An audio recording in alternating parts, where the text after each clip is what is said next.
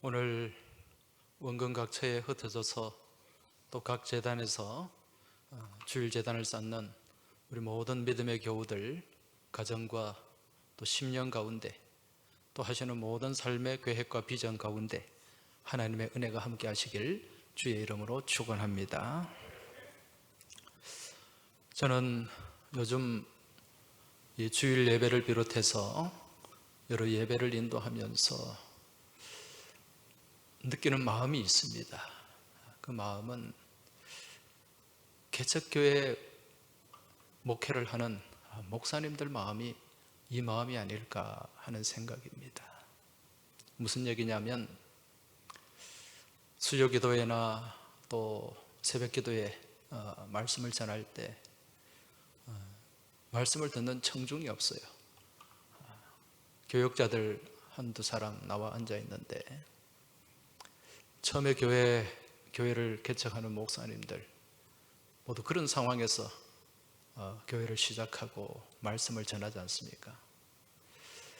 저는 또 항소교회 부름을 받음으로써 또 많은 교우들이 있는 가운데 그동안 말씀을 전했는데 그 빈 예배당 가운데서 말씀을 전하면서 개척을 한 목사님들의 마음이 또 이런 마음이고 또 이런 고충이 있지 않았을까 하는 생각입니다. 예전에는 예배당 2층, 중층까지 거의 자리가 채워진 상태에서 말씀을 전하면 없던 힘도 막 나곤 했어요. 그런데 요즘은 거의 자리가 비어있는 예배당에서 말씀을 전하려고 하다 보니까 저 자신도 모르게 심적으로 또 많이 위축되는 그런 느낌이 들곤 합니다. 아울러 거의 한 달 동안 또 교우들을 제대로 만나지 못하고 또 같이 예배를 드리지도 못하다 보니까 또 마음 한켠이 텅 빈 것 같은 그런 생각이 들기도 합니다. 그래도 저는 목사로서 예배당에서 예배를 인도하고 또 이렇게 예배를 드리고 있으니까 좀 형편은 나은데 거의 한 달 이상 예배당에 나오지 못하고 가정에서 예배드리는 우리 교우들의 마음, 그 마음은 오죽하겠습니까? 얼마 전에 어느 연세 있는 교우와 전화통화를 하는데 그분이 이 예배당에 나와서 예배드리고 싶은 그 마음에 전화통화를 하면서 울먹이시더라고요. 어쩌면 오늘 각 가정에서 유튜브로 예배를 드리는 모든 교우들의 마음이 바로 이 마음이 아닐까 여겨집니다. 또 어떤 분은 하시는 말씀이 목사님, 요즘 코로나 사태를 겪으면서 그동안 제가 예배당에 나와서 예배 드리는 그 예배가 얼마나 감사한 일이었는지 다시 한번 생각하고 깨닫게 됩니다. 이런 고백을 하시는 분도 있습니다. 그렇습니다. 지금 코로나19가 우리 삶 가운데 많은 것을 빼앗아가고 있는데 오히려 이 코로나가 우리 삶에서 또 소중하고 가치 있는 것을 다시 한번 깨닫게 하고 또 회복시키는 그런 역할도 하는 것 같아요. 그래서 지금이 비록 어려운 형편이지만 또 이러한 가운데서도 감사한 마음을 갖게 되는 것 같습니다. 지난 19세기 영국 역사상 가장 화려했던 시기, 빅토리아 여왕 시대에 영국 런던에서 목회를 했던 찰스 스펄전이라는 목사님이 있습니다. 이분의 별명은 설교의 황태자예요. 그 정도로 하나님 말씀을 아주 은혜 있고 감명 깊게 잘 전한 목사님이었습니다. 그런데 이분이 말씀을 전할 때 설교한 내용 중에 이런 내용이 있습니다. 성도에게 나쁜 것도 좋은 것이다. 이런 말씀을 전했어요. 성도에게 있어서 나쁜 것도 좋은 것이다. 이게 무슨 의미냐면 비록 우리 눈에 나쁘게 보이는 일, 우리 일상 가운데 일어나는 일들 가운데 나쁘게 보이는 일들도 하나님은 이 일을 선하게 만들어 가신다는 거죠. 성도의 삶 가운데서. 여러분, 이처럼 우리 눈에 나쁘게 보이는 일, 이러한 일을 선하게 만들어가는 그 과정, 그게 하나님께서 일하시는 과정인데 그 일이 구체적으로 어떤 일일까요? 그게 바로 고난입니다. 우리 삶 가운데 찾아오는 이 고난, 우리가 볼 때는 결코 선하게 보이지 않아요. 좋게 보이지 않아요. 그러나 하나님 안에서는 이 고난까지도 어떻게? 아름다운 결과를 맺게 한다는 거죠. 그래서 시편 기자는 고난당한 것이 내게 유익이라, 이런 고백을 한 것입니다. 왜? 이 고난을 통해서 주의 율례를 배우게 되고 하나님의 은혜를 더 크게 깨닫게 되었기 때문에 그렇다는 것입니다. 따라서 이 코로나19 또한 우리 하나님께서는 선하고 복된 방향으로 이끄시고 인도해 주실 줄 믿습니다. 그리고 이것을 성도의 유익으로 이끄시고 또 이전보다 더 복된 것을 우리 삶 가운데 허락해 주실 줄로 믿습니다. 어떠한 경우에 우리가 믿음에 굳게 서서 주님을 바라보고 나아가는 그때에. 따라서 이제 우리 교우들께서는 이러한 믿음을 가지고 지금 이 코로나의 위기와 잘 맞서 승리하시길 바랍니다. 그래서 이 코로나 이후 성전에서 다시 모이는 이 예배 자리에 우리 모두는 주님께서 우리 가운데 씌워주시는 승리의 면류관, 승리의 왕관, 이게 진짜 코로나죠. 이 승리의 왕관을 쓰고 주님 앞에 예배하며 또 하나님 영광 드러내는 여러분과 저의 삶이 될 수 있길 주의 이름으로 축원합니다. 오늘 우리가 읽은 이 시편 84편의 말씀은 고라 자손이 기록한 시편입니다. 우리가 같이 읽었지만은 이 말씀을 보면 이 성전을 간절하게 사모하는 성도의 마음이 그대로 이 말씀 가운데 담겨 있습니다. 저는 이 본문을 묵상하면서 오늘 이 시편의 말씀이 지금 성전 예배를 사모하는 우리 흩어진 모든 교우들의 마음이 아닐까 하는 생각이 들었습니다. 오늘 시편 84편 이 말씀의 이 표제를 보시면은 고라 자손의 시라고 나와 있습니다. 여러분, 이 고라 자손, 성경에 등장하는 고라 자손은 어떤 사람들입니까? 이 고라 자손은 하나님께 심판을 받은 사람들이에요. 심판받은 가문입니다. 구약 민수기 16장 1절을 보면 이 고라 자손에 대한 말씀이 나오는데요, 이 고라 자손은 레위의 증손 고핫의 손자 이스하엘의 아들이다, 이렇게 나옵니다. 여기에 고핫의 손자, 이 말씀이 나오는데 이 고핫은 어떤 사람인가? 하나님의 성막에 궤를 옮기는 사람이에요. 성막에 궤를 옮기고 성막에 재료를 옮기는 그러한 사람들, 다시 말해 성전에서 일을 하는데 아주 중요한 일을 맡은 사람들이었습니다. 그런데 어느 날 이 고핫의 손자 고라가 어떤 일을 합니까? 이 고라와 더불어서 다단과 아비람과 온이라는 사람과 또 250여 명의 사람들이 합세해가지고 당을 만들었다 그랬어요. 이 폐당을 만드는 거예요.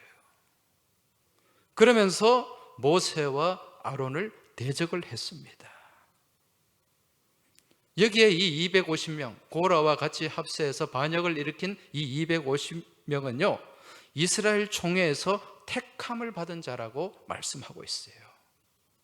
이름 있는 지휘관이다, 그렇게 말씀합니다. 요즘 교회로 치면은 중직자라고 할 수가 있는 거죠. 이 사람들이 고라와 합세해가지고 무엇을 했는가? 이제 모세와 아론에게 반역을 하면서 모세와 아론, 당신들만 좋은 것을 다 해먹느냐, 그렇게 따졌습니다. 그 내용이 민수기 16장 3절에 나오고 있습니다. 민수기 16장 3절 말씀을 보시면 그들이 모여서 모세와 아론을 거슬러 그들에게 이르되 너희가 분수에 지나도다. 회중이 다 각각 거룩하고 여호와께서 그들 중에 계시거늘 너희가 어찌하여 여호와의 총회 위에 스스로 높이느냐.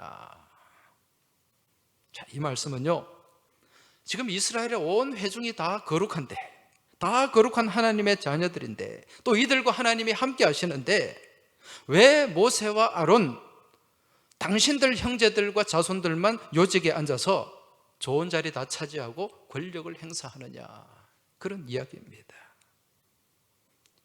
여러분, 사실 지금 이 반란을 일으킨 이 고핫 자손, 이 고라의 이 고라 또한 성막 봉사를 하는 사람들이고 특히 하나님의 언약궤를 옮기는 사람이에요. 얼마나 특별하고 얼마나 귀한 일을 감당하는지 모릅니다. 그런데 지금 이 사람들이 뭐가 탐이 났습니까? 제사장이 하는 일, 그 일이 탐이 나고 제사장이 가진 그 권력이 탐이 났던 거죠. 그래서 그 제사장 아무나 하면 되지, 그런 생각으로 지금 반란을 일으키고 공동체의 영적 질서를 무너뜨렸다는 것입니다. 따라서 결국 이들은 이러한 반역으로 인해 엄청난 징계와 심판을 당하는데 그 징계가 민수기 16장 32절 33절에 기록이 되어 있습니다. 말씀을 보시면 땅이 그 입을 열어 그들과 그들의 집과 고라에게 속한 모든 사람과 그들의 재물을 삼키매 그들과 그의 모든 재물이 산채로 수월에 빠지며 땅이 그 위에 덮이니 그들의 회중 가운데서 망하니라. 이게 이제 회당을 지어가지고 반역한 결과라는 거죠. 고라와 함께 이 반역에 동조한 250명은 하나님의 말씀을 무시하고 공동체의 영적 질서를 무너뜨리다가 결국 하나님의 심판을 받았고 또 모두가 완전히 멸망하고 말았다는 것입니다. 그런데 만약에 이 일이 과거 우리나라 조선시대 같았으면 어떻게 처벌을 합니까? 반역을 일으킨 당사자뿐만 아니라 삼족을 멸하게 되죠. 이 삼족이라는 것은 본인의 본가와 또 외가 그리고 처가까지 다 해당이 되는 거예요. 한마디로 씨를 말리는 겁니다.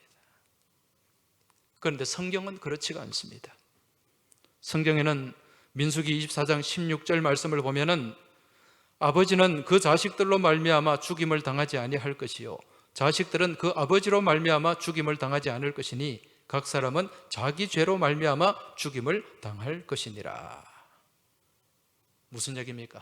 죄의 연자죄가 없다는 거죠. 그래서 이 고라의 자손들, 고라의 후손들은요 같이 묶여가지고 그렇게 처벌을 받지 않았습니다. 그 내용이 민수기 26장 10절에서 11절 말씀에 나오는데요, 땅이 그 입을 벌려서 그 무리와 고라를 삼킴에 그들이 죽었고 당시에 불이 250명을 삼켜 징표가 되게 하였으나 고라의 아들들은 죽지 아니하였더라. 이 말씀이 나옵니다. 자, 이제 이 일이 있은 후에 고라의 자손들은 멸망하지 않았지만 그 아버지가 그렇게 반역을 하다가 비참하게 죽는 모습을 보게 되었고 또 이 사건으로 인해서 일정 기간 동안 이 고라의 자손들은 주의 장막에서 일을 할 수가 없었을 것입니다. 평소 이렇게 주의 장막에서 봉사하고 또 제사 드리고 그렇게 헌신하는 일들, 그 일을 할 때는 그게 얼마나 귀한 일이고 복된 일인지를 몰랐는데 이제 이 일을 못하다 보니까, 성전에 나가질 못하다 보니까 이게 얼마나 귀한 일이었는가, 이게 얼마나 복된 일이었는가, 이걸 몸소 깨닫고 체험하게 되었다는 것입니다. 이러한 상황 속에서 기록한 시편, 믿음의 고백이 오늘 84편, 시편 84편의 말씀입니다. 지금 이 고라의 자손들이 주의 성전에 마음대로 나가지 못하고 주의 성전에서 봉사하지 못하고 하나님을 마음껏 찬양하지 못하니까 그들의 심령의 상태가 어떠한가? 오늘 본문 2절 말씀을 한번 보시기 바랍니다. 내 영혼이 여호와의 궁정을 사모하여 쇠약하며 내 마음과 육체가 살아계시는 하나님께 부르짖나이다. 이게 지금 고라 자손들의 고백이에요. 내 영혼이 여호와의 궁정을 사모하여 쇠약하며, 이 사모한다는 말은 원문에서 보면 갈망한다는 거예요. 갈망한다. 쇠약하다, 이 말은요 기진맥진해졌다는 표현입니다. 기진맥진해졌다. 지금 이 말씀은 과거 아무런 문제 없이 성전에서 봉사하고 제사를 드리며 예배하던 그 평범한 일상 가운데서는 전혀 몰랐는데, 이처럼 성전에 나가지 못하다 보니까 내 영혼이 점점 쇠약해지고 있다, 기진맥진해지고 있다, 그런 고백인 것입니다. 여러분, 지금 이 고백은요 우리가 믿음 생활을 하는 데 있어서 굉장히 중요한 고백입니다. 왜 그런가? 영적으로 살아있는 사람은 그 삶 가운데 예배가 없으면 영의 공고함이 찾아와요. 영의 쇠약함을 느끼게 된다는 것입니다. 물론 영적으로 죽은 사람들은 예배가 있건 없건 간에 이미 죽은 영이기 때문에 아무런 감각도 반응도 없어요. 예배 드리든 안 드리든 오히려 예배 안 드리니까 더 좋다, 그렇게 생각할 수도 있어요. 그건 영이 죽은 상태예요. 그러나 영이 살아있는 사람은 내 삶 가운데서 예배가 지속되지 못하고 예배를 통한 은혜가 채워지지 못하면 내 영이 어떻게 된다고요? 쇠약해지는 것을 느끼게 된다는 거죠. 그렇다면 성도의 삶 가운데서 왜 이러한 성전 예배가 단절되면 영적으로 공고해지고 쇠약해질 수밖에 없는가? 여러분, 이유가 있습니다. 그 이유는 바로 교회 공동체, 이 교회 공동체 안에서 드려지는 예배 공동체는요 우리 삶 가운데, 믿음의 삶 가운데 영적 아궁이이기 때문에 그렇습니다. 여러분, 아궁이가 무엇입니까? 옛날 제가 어릴 때는 시골에 그 부엌에 다 아궁이가 있었어요. 그 아궁이에 솥을 걸어놓고 밥도 짓고 국도 끓이고 또 군불도 떼고 그렇게 했습니다. 그 아궁이 안에 이제 장작을 넣어서 불을 붙이지 않습니까? 근데 장작 하나만 넣으면 불을 붙지 않아요. 근데 그 아궁이 안에 여러 개의 수십 개의 장작을 차곡차곡 쌓아서, 그리고 그 불쏘시개로 불을 붙이면 불이 활활 타오르게 됩니다. 뜨거운 열기가 충만해지고요, 그 에너지를 가지고 또 많은 것들을 할 수가 있다는 거죠. 그런데 그렇게 활활 타는 그 장작, 그 뜨거운 장작을 아궁이에서 빼내버리면 어떻게 됩니까?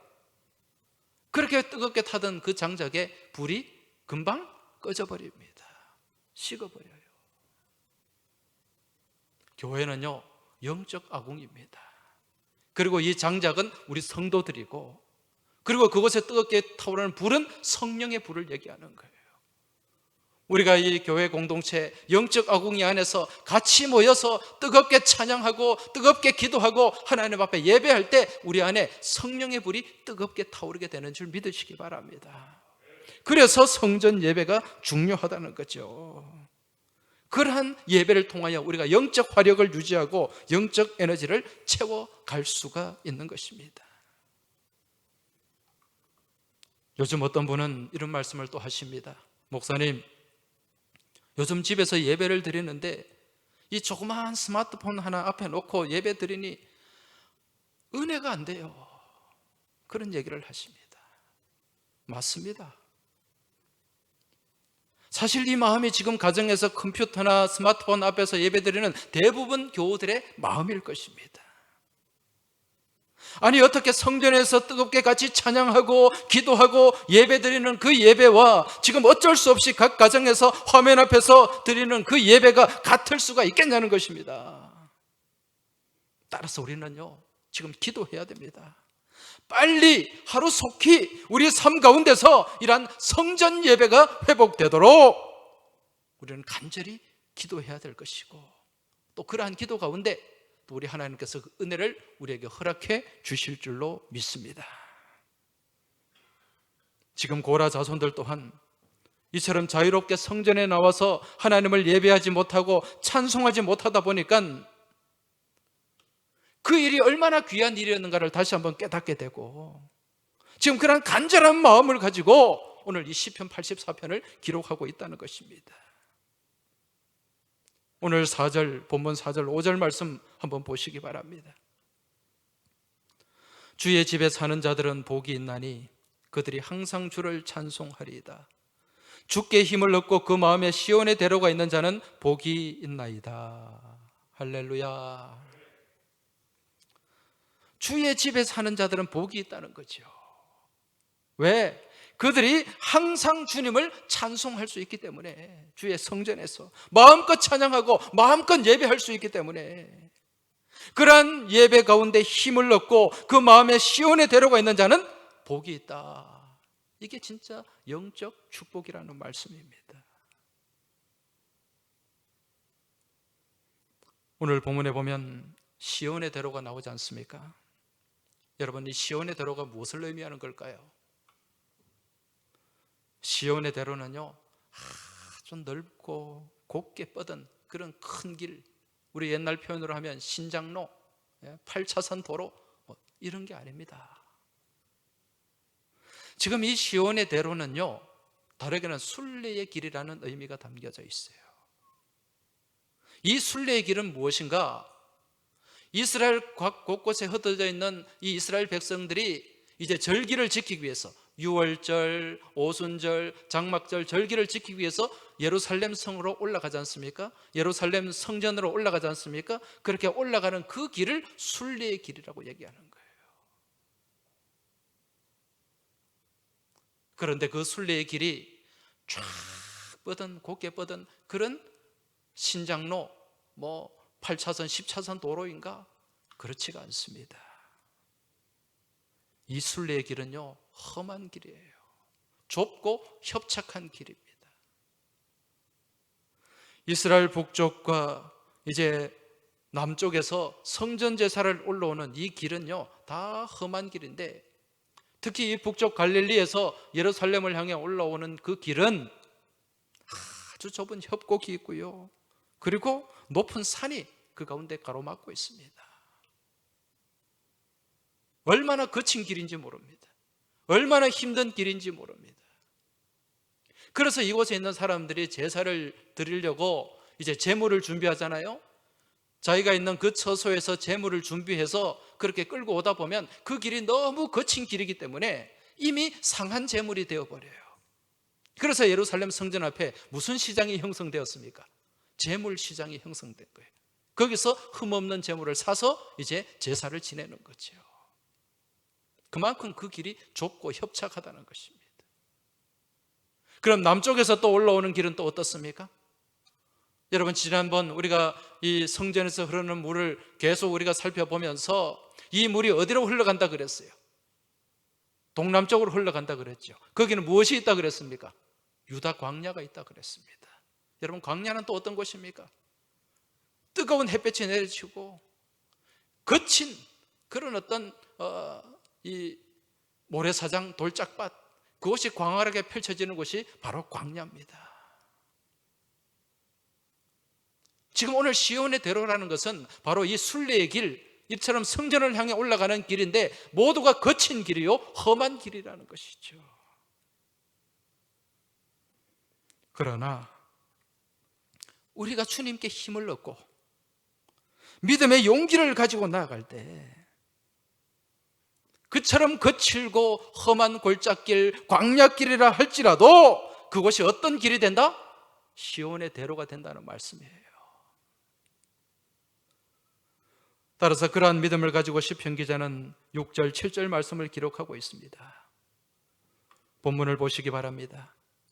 그들이 눈물 골짜기로 지나갈 때에 그곳에 많은 샘이 있을 것이며 이른 비가 복을 채워주나이다. 그들은 힘을 얻고 더 얻어 나아가 시온에서 하나님 앞에 각기 나타나리이다. 할렐루야. 바로 이 말씀입니다. 이 눈물 골짜기예요. 눈물 골짜기. 이러한 믿음을 가지고 눈물 골짜기로 나아갈 때 하나님이 곳곳에 무엇을 예비하셨다? 샘을 예비하시고 또 필요할 때 이 광야에 이른 비, 늦은 비가 복을 채워주신다는 말씀이에요. 그러한 힘을 가지고 힘을 얻고 더 얻어서 하나님 앞에 나아가는 그 삶이 바로 순례의 삶이요 믿음의 여정이라는 것입니다. 이것이 시온의 대로를 걸어가는 삶의 모습이에요. 지금 이 말씀처럼 오늘 우리가 나아가는 믿음의 여정 또한 마찬가지입니다. 우리가 살아가는 이 믿음의 여정, 넓고 순탄한 대로가 아니지 않습니까? 우리 주님의 말씀처럼 좁고 협착한 골짜기요 또한 광야입니다. 따라서 우리가 걸어가는 이 믿음의 여정 한 걸음 한 걸음이 눈물 골짜기일 때도 있습니다. 그러나 우리가 주님을 통해 힘을 얻고 또한 그 힘을 가지고 나아가면 그 길이 곧 무엇이 된다고요? 시온의 대로가 된다는 것입니다. 그리고 하나님은 그러한 여정 순간순간에 맑은 샘을 허락하시고 이른 비로 은혜를 채워주시고 복을 더해 주신다는 말씀입니다. 여러분, 우리가 이처럼 성전을 사모하는 그 마음과 믿음을 가지고 주님께 가까이 나아갈 때 오늘 이러한 은혜와 복이 우리 삶 가운데 임하게 될 줄 믿습니다. 지금 이 고라 자손들은요, 그토록 자신들이 사모하는 성전에 나오지 못하는 가운데 그들의 영은 공고해 질 수밖에 없었고 또 그러한 상태에서 지금 간절하게 하나님 앞에 기도하고 있는데 그 기도가 오늘 이 시편 말씀이에요. 그러한 가운데 또 어떤 기도를 하고 있습니까? 오늘 10절 말씀을 한번 보시기 바랍니다. 10절을 보면 주의 공정에서의 한날이 다른 곳에서의 첫날보다 나은즉 악인의 장막에 사는 것보다 내 하나님의 성전 문지기로 있는 것이 좋사오니. 무슨 고백입니까? 하나님의 성전에 문지기라도 시켜주시면 내가 그 일을 감당하며 주의 성전에 봉사하겠습니다. 이런 고백입니다. 과거에는 하나님의 언약궤를 옮기고 성막의 재료를 옮기는 그러한 귀한 직분을 맡아 수고했음에도 불구하고 그것에 대한 감사가 없었는데 지금 이제 이런 고난을 당하고 이처럼 성전에 나가지 못하다 보니까 무슨 일이라도 성전에 문지기라도 맡겨주시면 내가 감사하게 그 일에 헌신하겠습니다. 그런 고백이에요. 여러분, 성전의 문지기가 어떤 일입니까? 가장 하찮은 일입니다. 그 문 열고 닫고 그 아무나 할 수 있는 일이에요. 예전에 고라 자손들이 그렇게 성전의 중요한 일을 감당할 때는 정말 무시하고 때로는 경멸했던 그러한 사람들, 그러한 자리까지도 지금은 그 일이라도 시켜주시면 감사하게 그 일을 받들겠습니다. 무슨 자리로 내려간 겁니까? 겸손의 자리로 내려간 거예요. 엄청난 교만이 집중되었을 때는, 교만이 쌓였을 때는 모세, 아론 당신과 내가 별 차이가 없는데 뭐가 그래 잘났어? 막 대들고 반역하고 그러다가 이제 그 고난 가운데 어디 자리로 내려가고 있습니까? 겸손의 자리로 내려가고 있는 거죠.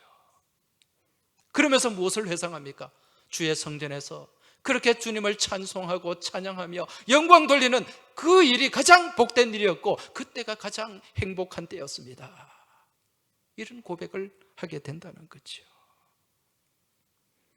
결국 이들의 뜻대로 이제 이 고라의 후손들은요 성막의 문지기가 됩니다. 역대상 9장 19절 말씀에 보면 고라의 증손 에비아삽의 손자 고레의 아들 살룸과 그의 종족 형제 곧 고라의 자손이 수종드는 일을 맡아 성막 문들을 지켰으니, 성막의 문들을 지키는 이제 이 문지기, 그 역할을 이제 감당하게 된 거죠. 한번 그렇게 성전에 나오지 못하다 보니까 그 간절한 마음, 또 겸손의 자리에 내려가고 난 이후에 그 겸손의 모습을 가지고 아마 이 일에 최선을 다했을 거예요. 열심히 섬겼을 거예요. 그러한 가운데 하나님이 이제 이들을 어떻게 합니까? 다시금 이제 서서히 복권을 시켜나가고 있습니다. 그래서 이들이 정말 사모했던 하나님을 찬양하는, 하나님을 마음껏 찬양하는 그러한 찬양의 직분을 감당할 수 있도록 하나님이 이들을 회복시켜 주셨다는 거죠. 그게 역대하 20장 19절 말씀에 기록되어 있습니다. 말씀을 한번 보시기 바랍니다. 그앗 자손과 고라 자손에게 속한 레위 사람들은 서서 심히 큰 소리로 이스라엘 하나님 여호와를 찬송하니라. 할렐루야. 이제 이들이요, 다시 성막의 문지기에서 하나님을 찬양하는 이 찬송의 자리, 오늘날로 치면 성가대 직분이죠. 그 일을 감당하면서 어떻게 찬송했다고 말씀합니까? 큰 소리로, 심히 큰 소리로. 여기는 그냥 막 버럭버럭 질러댔다는 게 아니고 마음과 정성과 온 힘을 다해 주님을 찬양했다는 말이에요. 우리가 예전에 아무 일 없이 그저 예배 자리에 나와서는 그저 찬송을 불러도 감명도 없고 감흥도 없고 그저 습관적으로 흥얼거렸는데, 이제 이처럼 성전에 나와서 마음대로 예배 드리지 못하고 성전을 사모하는 그 마음 가운데 이 내 영이 쇠약해지다 보니까 다시금 이 자리가 허락되었을 때는 마음껏 큰 소리로 하나님의 영광 드러내며 하나님의 성호를 찬양하며 하나님께 가까이 나아갔다는 그런 믿음의 고백, 신앙의 고백이라는 것입니다. 여러분, 지금 우리는 본의 아니게 지금 성전에 마음대로 나와서 지금 예배를 드리지 못하고 있습니다. 아마 이러한 상황에 지금 놓여지면서 우리 교우들 마음 가운데 그때 이 예배당에 나와서 하나님을 찬양하고 하나님을 예배하다 그 마음, 그때의 그 모습 너무도 지금 간절할 거예요. 근데 그때는 우리가 어땠습니까? 이런 감사가 별로 없었잖아요. 예배당에 나와서 예배 드리면서도 꾸벅꾸벅 앉아서 졸고, 찬송 드리면서도 또 어땠습니까? 아무런 감흥 없이, 생각 없이 그저 습관적으로 흥얼거릴 때가 얼마나 많았냐는 것입니다. 근데 하나님은 이제 이 코로나19 사태를 통해서 이 마음이 우리 가운데 회복되길 원하시는 줄 믿습니다. 그런 회복된 마음으로 다시금 하나님 앞에 바로 서길 원하시는 줄 믿습니다. 지금 고라 자손들이 바로 그렇다는 거지요. 하나님이 이들을 회복시켰지 않습니까? 교만의 자리에 있는 그들을 다시 겸손의 자리로 이끌어서 그들의 심령을 회복시키고 그들의 삶을 회복시키고 있다는 것입니다. 이후에 완전히 망할 뻔한, 아니 이미 망했던 이 집안을 통해서 여러분 누가 나오는지 아세요? 역대상 6장에 보면은요, 역대상 6장 33절입니다. 이 직무를 행하는 자와 그의 아들들은 이러하니 그앗의 자손 중에 해마는 찬송하는 자라. 그는 요엘의 아들이요 요엘은 사무엘의 아들이요 사무엘은 엘가나의 아들이요. 이 말씀이 나옵니다. 누가 나왔어요? 사무엘이 나왔잖아요. 사무엘이 이스라엘의 마지막 사사로서 이 사사시대와 왕정시대의 가교 역할을 했던 그 위대한 선지자, 위대한 종 사무엘이 이 완전히 망했던 고앗의 이 고라의 자손의 집안에서 나오게 되었다는 것입니다. 완전한 역전이 이루어진 거예요. 완전한 반전이 이루어진 겁니다. 무엇 안에서? 하나님의 은혜 안에서. 여러분, 지금 이 코로나19 사태로 인해서 우리는 많은 것을 잃어버렸습니다. 많은 것을 빼앗기고 있어요.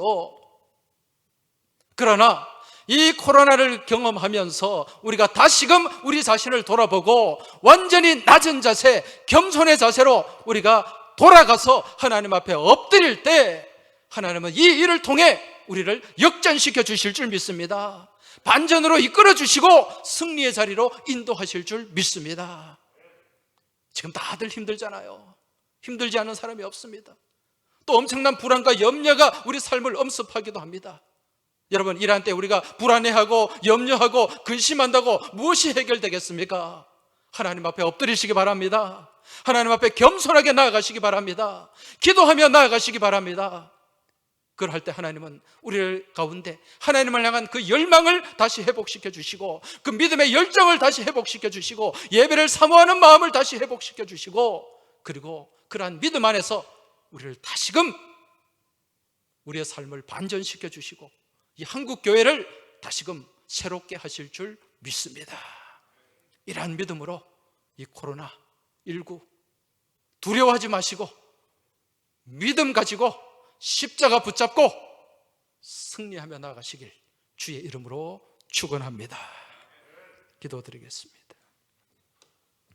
하나님 아버지, 우리 하나님께서는 성도에게 나쁜 것도 좋게 만들어 가시는 분임을 저희들이 깨닫습니다. 지금 코로나19 이것이 비록 저희들에게 나쁜 것이지만 이 일을 통해서 하나님은 선하게 역사하여 주시고 또 저희들 가운데 잃어버린 것들을 회복하게 하여 주시고 또 다시금 하나님 앞에 새롭게 서게 하실 줄 믿습니다. 지금 이 코로나19로 인하여 우리 주변의 많은 이웃들과 교우들이 지금 힘들어하고 아파하고 있습니다. 하나님 그 아픔을 어루만져 주시고 특별히 또 이 질병에 또 확진이 되어서 지금 치료받고 있는 환우들을 만져주시고 안수하여 주셔서 깨끗게 하여 주시며 전 세계로 퍼져가고 있는 이 코로나가 하루속히 종식되도록 주님께서 역사하여 주시고 생명싸개로 이 땅을 감싸 주시고 지켜 보호하여 주시옵소서. 그리하여 다시금 저희들이 하나님 앞에 새롭게 새로운 믿음으로 새로운 삶의 모습으로 나아갈 수 있도록 우리 주님의 은혜 베풀어 주시길 간절히 소망하며 우리 주님 예수 그리스도 이름으로 기도하옵나이다. 아멘.